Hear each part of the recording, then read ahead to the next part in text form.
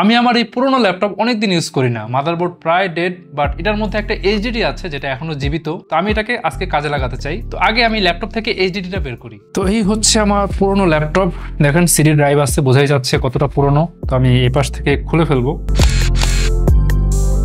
তো এই যে দেখতে পাচ্ছেন DDR3 RAM, SODIMM RAM DDR3, বোঝাই যাচ্ছে এটা কত পুরনো সেগমেন্টের র্যাম। আর এই ধরনের র্যাম এখন মানে ইউজ করার কোনো অপশন নাই, বাট এইচডিডিটা ইউজ করা যাবে, তাই এইচডিডিটা আমি খুলে নিচ্ছি।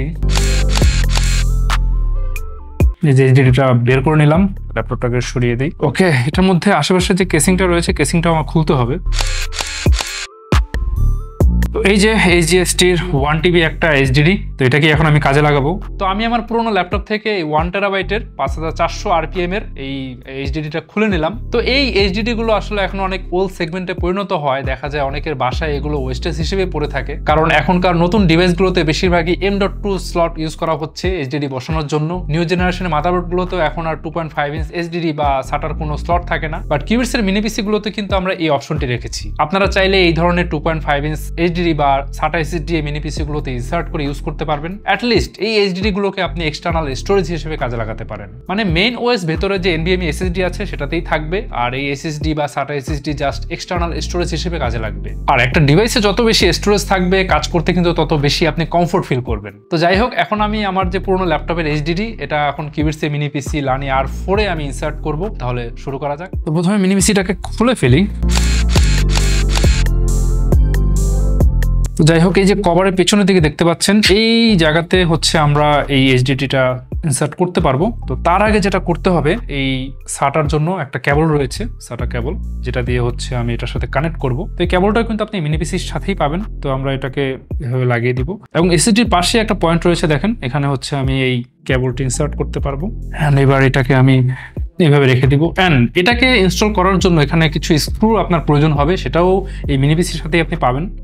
ওকে, তো আমি এখানে এইচডিডি ইনসার্ট করে ফেলেছি, এবার আমি কভারটি লাগিয়ে ফেলবো।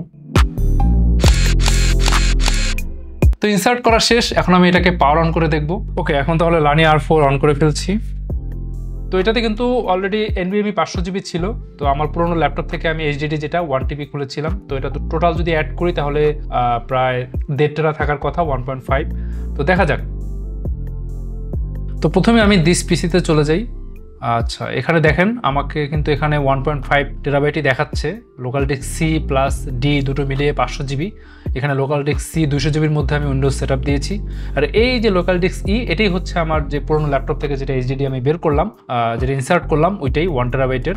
সেই এইচডিডি হচ্ছে এখানে শো করছে। এই যে আমার পুরোনো ল্যাপটপের যে ফাইলগুলো রয়েছে সব এখানে দেখাচ্ছে। বাট এখানে যদি আমি ডেটা ট্রান্সফার স্পিডের কথা বলি, এটা অবশ্যই NVMe-র মতো হবে না। আপনি NVMe-তে যেরকম ডেটা স্পিড পাবেন, এই লোকাল ডিস্ক E-তে ডেটা স্পিড ওরকম পাওয়া যাবে না, বাট অ্যাটলিস্ট এইচডিডিটা এখানে ইউজ করা যাবে এক্সটার্নাল এরকম স্টোরেজ হিসেবে। তো কিউবিটসের মিনি পিসি আপনি যদি পারচেস করেন, আপনার পুরোনো ডিভাইসের 2.5 ইঞ্চ এইচডিডি বা SATA SSD গুলো আপনি নিয়ে আসতে পারেন। এগুলো আমরা মিনি পিসিতে ইনসার্ট করে দিব একদম ফ্রি অফ কস্ট। আর এই মিনি পিসি গুলো অবশ্যই একটা ডেস্কটপের বিকল্প হিসেবে আপনি ইউজ করতে পারেন। একই সাথে মিনি পিসি গুলো budget killer, powerful and energy saver. আর সাইজটাও দেখেন, এগুলোর খুবই ইউনিক সাইজের, একদম পকেট সাইজের। কিউবিটসের ব্যানারে এখন 3টা মিনি পিসি অ্যাভেলেবেল আছে। এই মিনি পিসি গুলো নিয়ে বিস্তারিত জানতে আমাদের এই চ্যানেলের ইন্ডিভিজুয়াল ভিডিওগুলো আপনি দেখতে পারেন, অথবা আমাদের ওয়েবসাইট ভিজিট করতে পারেন qubits.io। আর এই মিনি পিসি গুলো পারচেস করলে আপনি পাচ্ছেন লাইফ টাইম সার্ভিসিং ওয়ারেন্টি, অর্থাৎ যতদিন এই মিনি পিসি ইউজ করবেন ততদিন পাবেন ফ্রি সার্ভিসিং অফার। এছাড়াও থাকছে 3 বছরের ব্র্যান্ড ওয়ারেন্টি, 45 দিনের রিপ্লেসমেন্ট গ্যারান্টি এবং 7 দিনের মধ্যে ফুল রিফান্ডের সুযোগ। তাহলে আজকে আমরা দেখলাম আপনি কিভাবে আপনার পুরনো এইচডিডি আপনি এখানে ইনসার্ট করে সেটাকে ফেলনা নয়, এটাকে অবশ্যই আপনার প্রয়োজনীয় জিনিস হিসেবে ব্যবহার করতে পারেন। তো আজকের ভিডিও এ পর্যন্তই, দেখা হবে পরে কোনো ভিডিওতে। সে পর্যন্ত ভালো থাকুন, সুস্থ থাকুন।